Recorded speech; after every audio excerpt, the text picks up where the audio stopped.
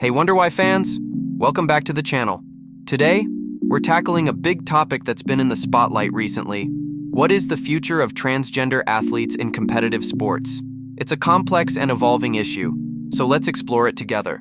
Transgender athletes have been breaking barriers in sports for years. But with the rise of transgender athletes in competitive events, questions about fairness, inclusivity, and regulations are getting louder. So, where does it all stand?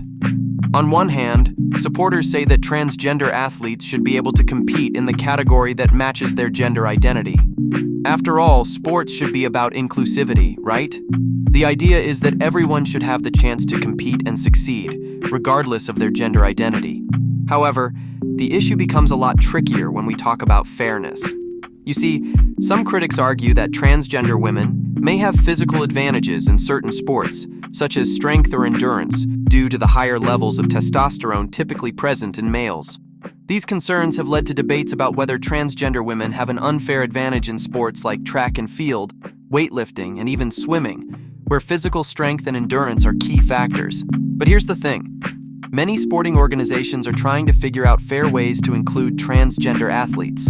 For example, the International Olympic Committee has put forward guidelines that allow transgender athletes to compete, as long as their testosterone levels have been below a certain threshold for at least a year. But even with these rules in place, there's still a lot of debate about whether they strike the right balance between fairness and inclusivity. So, what does the future look like for transgender athletes? Will they continue to face challenges, or will we see a shift towards more inclusive policies? Experts are divided, and some believe that as science and understanding evolve, we may find more ways to make sports equitable for everyone. But here's the most important thing. The conversation around transgender athletes in sports isn't just about policies or rules.